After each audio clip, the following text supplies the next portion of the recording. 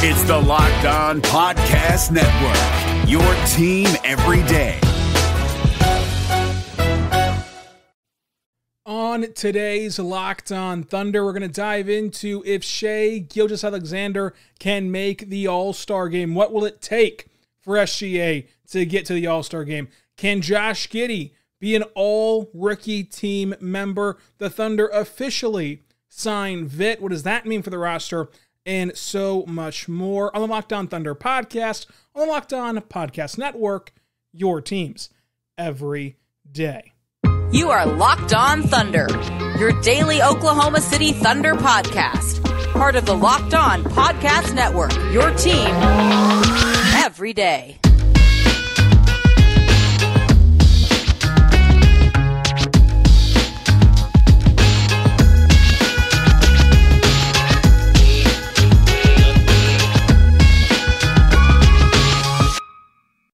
Let's get it going on the Locked On Thunder podcast, on the Locked On Podcast Network, your teams every day. I am your host, Rylan Stiles. You can follow me on Twitter at Rylan_Stiles. It's at RYLAN_STILES. Follow the show on Twitter at LOThunderPod. Email the show, LOThunderPod@gmail.com. Call into the show, 405-362-7128. I am, of course, a media member and site expert over at thundersintentions.com, bringing you all the Thunder action right here on the Locked On Podcast Network. We've been in off-season mode, but as the Media Day circus comes around again and we get ramped up for the start of the season, we'll be back to 5 days a week. On today's show, we're going to talk about SGA's path to the All-Star game. Can he make it? The Thunder officially add Vit Krejci to the roster, and can Josh Giddey get to the all-rookie team this year? This show is brought to you by Locked On NBA Thursdays on the Locked On NBA podcast. Jackson Gatlin, host of Locked On Rockets, and Matt Moore, host of Locked On Nuggets, and also known on Twitter famously as HP Basketball, are telling you whose NBA stock is up and whose NBA stock is down. Follow the Locked On NBA podcast today on YouTube or wherever else you get your podcast from. Shout out Jackson Gatlin, reaching out to me, asking if Locked On NBA can do Stock Watch on Thursdays. Of course they can. Of course they can. Great podcast over there, Jackson Gatlin and Matt Moore on Thursdays on Locked On NBA. And of course, we cycle through hosts on that show 5 days a week. It's a daily show for the national NBA landscape. And tonight marks the start of the football season. So if you're a big Cowboys fan living in Oklahoma, as most of you typically are, Locked On Cowboys 5 days a week. Locked On whatever your favorite NFL team is. And of course, Locked On Bets as well. Helps you bet throughout the football season. Whenever most people do most of their betting is during football. So check out Locked On Bets as well. Now, let's dive into the biggest story for this podcast. Can SGA be an all-star?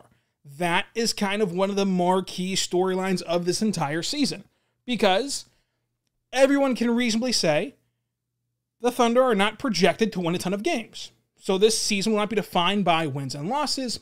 It'll be defined by individual storylines. How does Josh Giddey develop? How does young players develop? And then can SGA reach that all-star plateau? Now, the first question in this conversation, is this season defined for Shai by making an all-star game? Does he have to make an all-star game to show improvement? I don't think so. I think that it's very easy to see a path for him to get knocked out of all-star contention like he was last year, whenever he should have made it last year. And that's, I try to take the homer part out of it, right? The homer glasses off when discussing things like this. So I don't think that my bias for the Thunder at all is coming into this conversation. I believe that had Mike Conley made an all-star game 10 years ago, 5 years ago, that nod would have gone to SGA. But that was kind of a Lifetime Achievement Award for Mike Conley last season as a reward to his great career that he's had.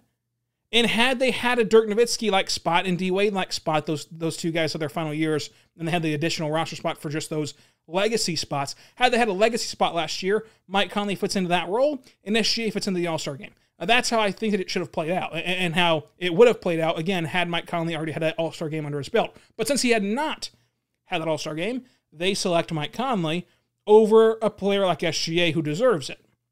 It's a simple game of, well, we're not sure how many more seasons Mike Conley can play at this level, and the projections are Shea will be an all-star level player for many, many, many years to come as he signs that max contract this offseason. So the season being defined by a popularity contest for the fan voting for the starters and a mixture of player votes and coach votes and just different scenarios for picking the reserves, it does not set up for a make-or-break defining moment if Shea is on that all-star game and in that all-star game in Cleveland here in February. But it would be a step forward. It would be a step towards kind of that validation, so to say, of what we've been seeing in Oklahoma City for a few years now. It's not going to be defined or it will not be kind of a must-have for Shea to be an all-star this year, but he should get in if he plays what he did last year. He should be deserving of it, and he should get it. But here's the negatives working against Shea. And there's a lot of them, and none of them are really his fault. Number one, in the Western Conference, the competition is fierce. And specifically, the guard competition is fierce in the Western Conference. So that heavily influences what Shea can do in terms of breaking into this All-Star game.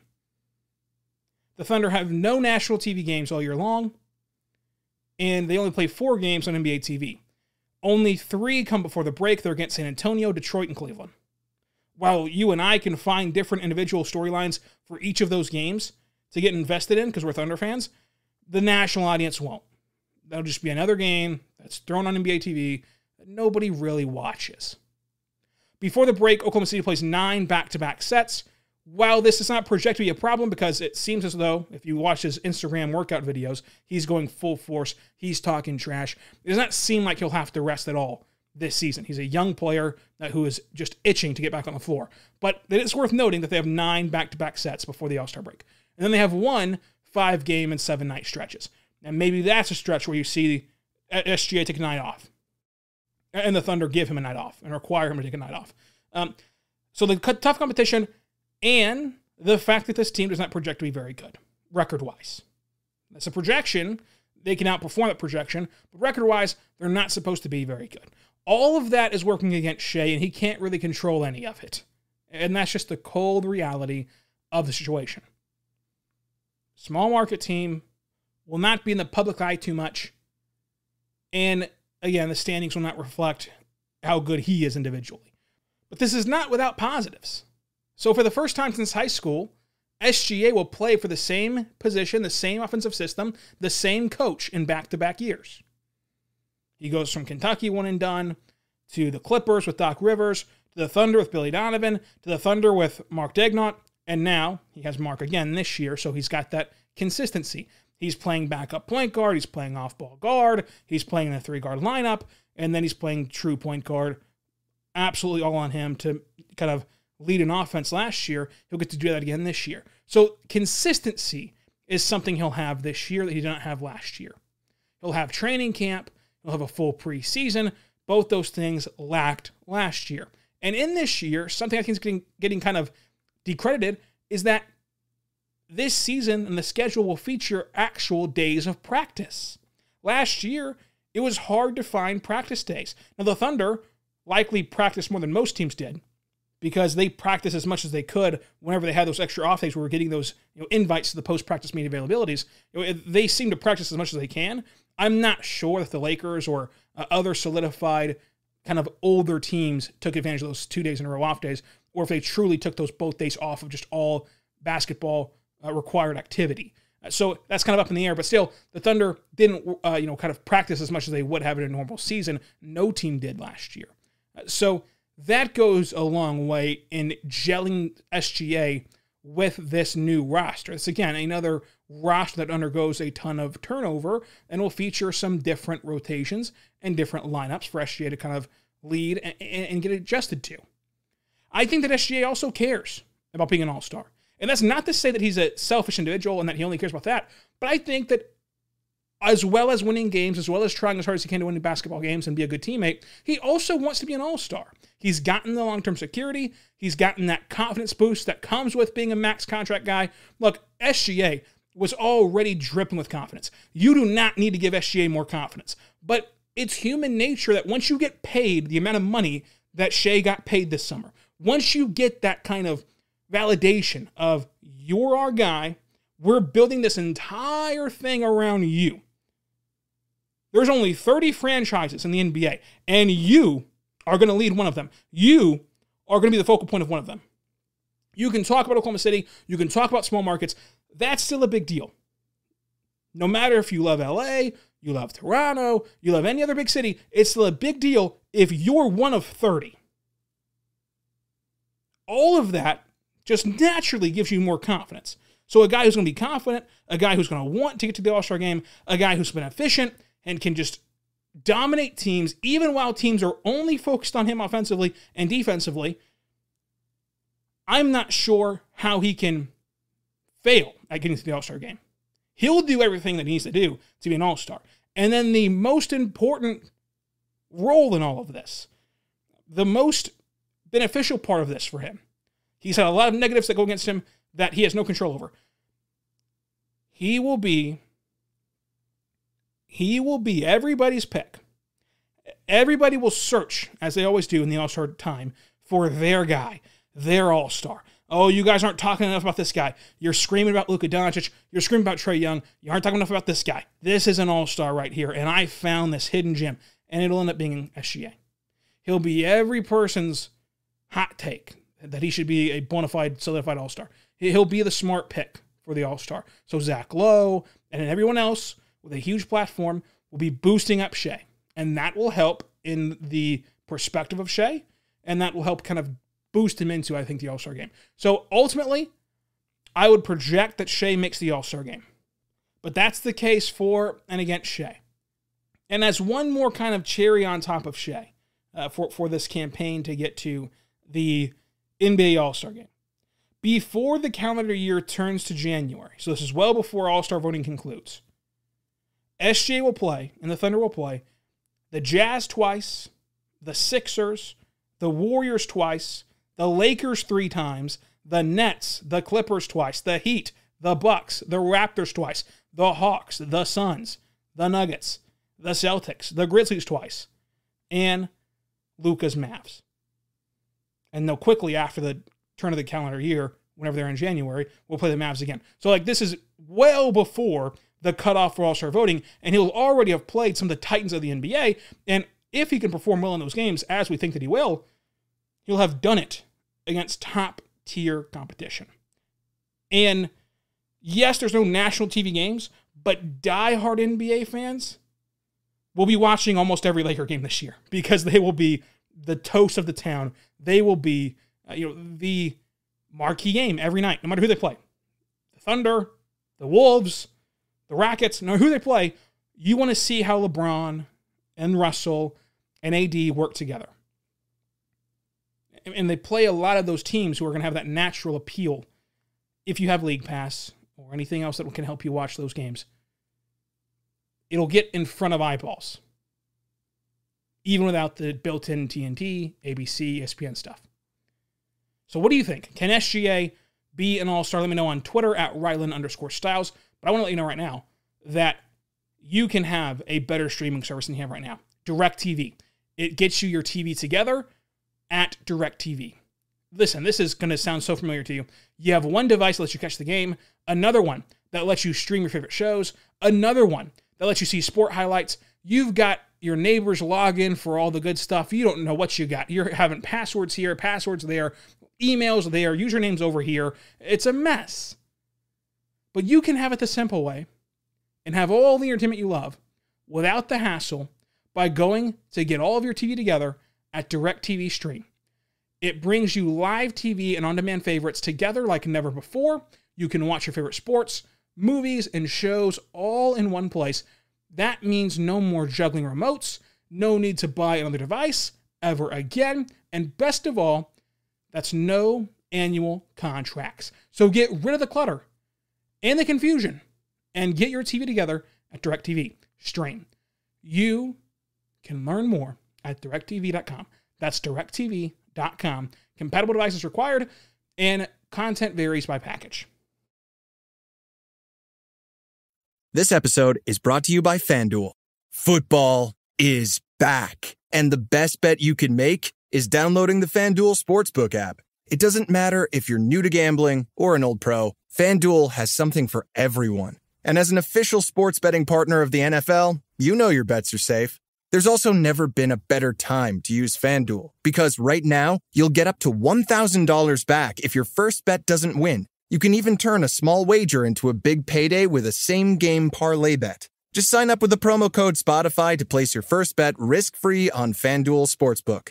Download FanDuel today. 21 plus and present in Virginia. First online real money wager only. Refund issued as non-withdrawable site credit that expires in 14 days. Restrictions apply. See terms at sportsbook.fanduel.com. Gambling problem? Call 1-800-GAMBLER. We're back on the Locked On Thunder podcast, on the Locked On Podcast Network, your teams every day. I want to tell you right now that the Thunder have officially signed Vit Krejci to a multi-year deal. It's a 4-year deal. The first year is guaranteed. The second year includes about $80,000 of a buyout. The third and fourth year are team options. So it's a full NBA deal. He'll take up an NBA active roster spot. And so let's break all this down, because you've heard a ton of things from every other outlet, right? So the basis is Vit could not sign a two-way deal or a G League deal. That does not mean he can't play with the G League, right? He can, as long as he's taking up an NBA contract, you can assign him to the Blue at any time, which is what they're going to do, apparently, for this season, which is what most reporting is happening on this story, that he'll spend most of the year with the Blue, recovering from that ACL injury. It confused people because you heard all that stuff leading into the announcement of the contract, that he can't sign with the Blue, can't sign with the Blue, and it kind of got confused for some fans of like, what does that mean he can't play there? Well, as long as he's taking that full NBA deal, which he is, he can play for the Blue. So that's how you're going to work around that. So he'll count against the active roster and the active roster spot. He is recovering from that ACL injury, and the Thunder set up this contract the way that they have with most deals. They can get out of this contract at any time. This year does not matter. The roster is pretty much set this year. They're going to cycle through a few more names coming up that you're going to hear about later on. They're going to cycle through a few more names for the training camp period, but this roster is set in stone for the most part. And you don't care about throwing away this roster spot this year. I'm not sure what Vit will be in 2 years, in 3 years, or if he'll fulfill this contract. I don't know if he'll be here in 4 years. All we know right now is that he's recovering from an ACL injury. He was with the team all of last year, rehabbing, in Oklahoma. He was on the bubble roster for the Blue last year, but, of course couldn't go because he was hurt. The Thunder traded for a 6'8" guard that they obviously believe in the 2020 draft. And they traded for Vit and also ate the money of Admiral Schofield. Now, it was not an absorbent amount of money, but it was still some money that they had to dump off for the right to draft Vit Krejci in the 2020 draft, whenever most had him falling out of the draft completely because of that injury. So the Thunder clearly like him. The Thunder clearly have invested in him. The Thunder clearly want to see him do well. That's why they controlled his rehab, bringing him over last year. It's why that they dumped off Schofield. It's why that they did those things that they did so far. Until we see him play, though, I'm not sure how to project him. But just know the Thunder like him. And apparently he'll spend most of the season with the Blue, and we'll see if he can play in the latter stretches of the year once he gets his feet back under him, because it is hard to be off for over a calendar year and then play NBA basketball. That's incredibly hard for any player, especially your first taste of NBA basketball. With this, as you bring in another 6'8" guard, the question becomes, is there a guard problem for the Thunder? To me, that answer is no. There is no guard problem for the Thunder. You need to start getting used to the little position column having a G in it. There are a few college coaches that do this, where I know that Coach Crane does this. There's a few coaches at the Division II level that you would not know that do this, that really, just get over yourself. That's another tangent. As a Division II broadcaster of the year right here, no big deal. So a few coaches do this, where they give you their roster, they'll run it up to the booth, they're going to give you the roster at the scores table, and it'll be name, height, weight, position, basketball player. Everyone's position is just basketball player. Now, the Thunder will not be that obnoxious about it. They're going to give somebody a position. So Even though he's 6'8" and Giddey's pushing 6'9", they're going to be given the position of guard on the roster. They're going to be given a G or an F or whatever. They're not going to be given basketball player because the Thunder are not obnoxious.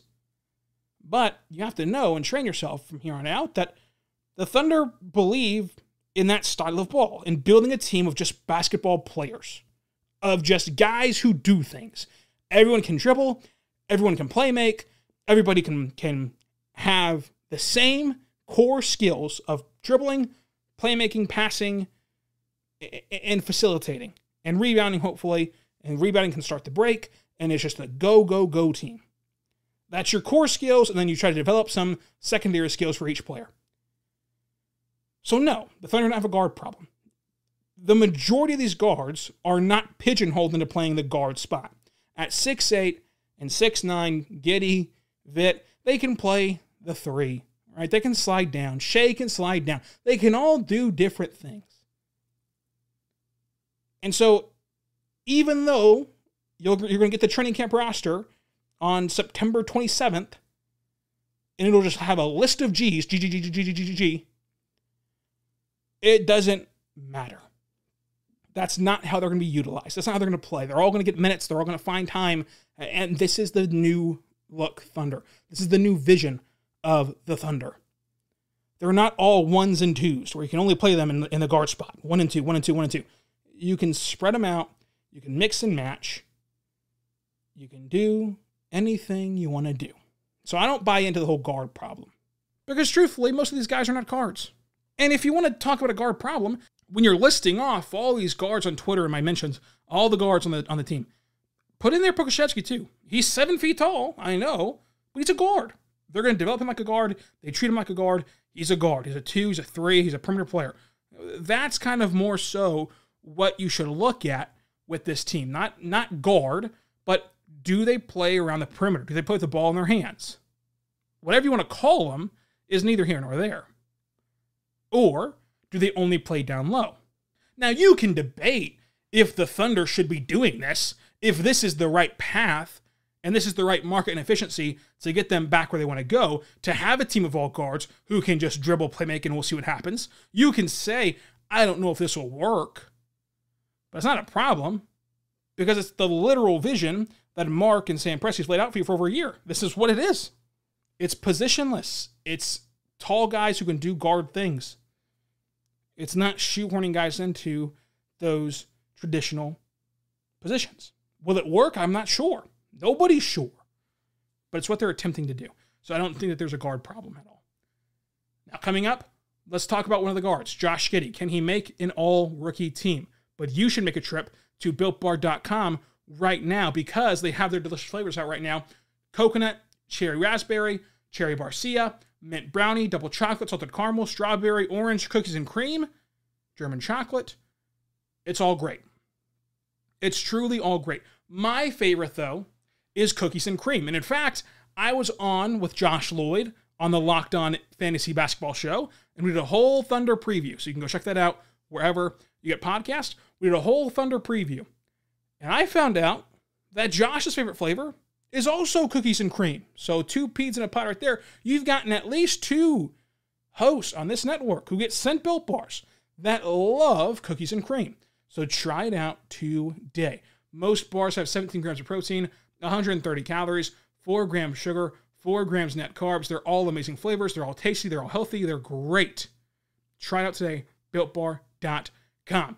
Pre-workout, post-workout, even as a meal replacement or a snack, you can use Built Bar at any time. It's amazing. It's the official protein bar of the U.S. track and field team. BuiltBar.com. Promo code LOCK15. 15% off your next order at BuiltBar.com. Promo code LOCK15. 15% off of your next order. Go check it out today at BuiltBar.com. It is that time of the year. It's football season. And that means you're likely going to do some more betting. And you're going to bet on football season. The place you should go for betting is betonline.ag. Always pick betonline.ag, the number one spot for you for pro or college football action. Get the updated odds, prop bets, contest information, including online's biggest $500,000 NFL mega contest and the world's largest $200,000 NFL Survivor contest. Open now at betonline.ag. So go right now and receive your 100% welcome bonus when you sign up today and use our code LOCKEDON. So be sure you take advantage of their opening day super promo. Make a bet on tonight's game. So go right now with the Bucks and the Cowboys. If you lose, your wager will be refunded to you up to $25 for new customers only when signing up and using promo code NFL100. BetOnline is the fastest and best way to get all of your sport action, from betting on football, basketball, boxing, baseball, right up to your favorite Vegas casino games. Do not wait. Take advantage of all the great offers available to you for the 2021 season at betonline.ag, your online sportbook experts. Again, speaking of betting, go check out Locked On Bets. They'll have you up to date on what you should be betting on this weekend. So, Josh Giddey, can he make the all-rookie team? There's a good chance he will. Let me tell you why. Again, I try my best to be unbiased, but thinking of rookies around this landscape of the NBA this year, you'll be hard to find 12 more rookies that'll get more minutes than Josh Giddey, that will have a system designed for them the way that Josh Giddey will have. Because when you think of the prototypical player for Mark and for the system, you're thinking of positionless, you're thinking of lengthy guards. At 6'9", with his playmaking IQ and elite ability to playmake, he can be a plug-and-play guy in the system at 18 years old. He'll collect rebounds, he'll collect points, he'll collect assists. Now, it might not be the most efficient thing you've ever seen in the world. It will not be SGA's efficiency, but he'll collect them. He'll get them. And when you're voting on the all-rookie team, most people just look at the box score and not even the percentages, so to say. Because at the end of the day, on April 15th or April 17th or 18th, whenever it is this gets rolled out on like NBA TV at 5 o'clock, we'll all just say, oh yeah, there is such a thing as the all-rookie team. I forgot about that. And then we'll look it down and see if Josh Giddey's on there. I find it hard to believe that he will not make one of the all-rookie teams because of all we just laid out there. Minutes, collecting stats, he'll have those opportunities that other rookies might not have. I mean, he will. I don't see a reason why or a path for him not to start day one. I mean, or very close to it. He'll get a bulk majority minutes from day 1 through day 82. Whereas even on the same team, even when the Thunder are projected to finish last in the West and not be a good roster, finding a way for Trey Mann to go on the floor whenever you have Ty Jerome, Theo Maledon, Lou Dort, SGA, Josh Giddey, when you have all these pieces, is interesting.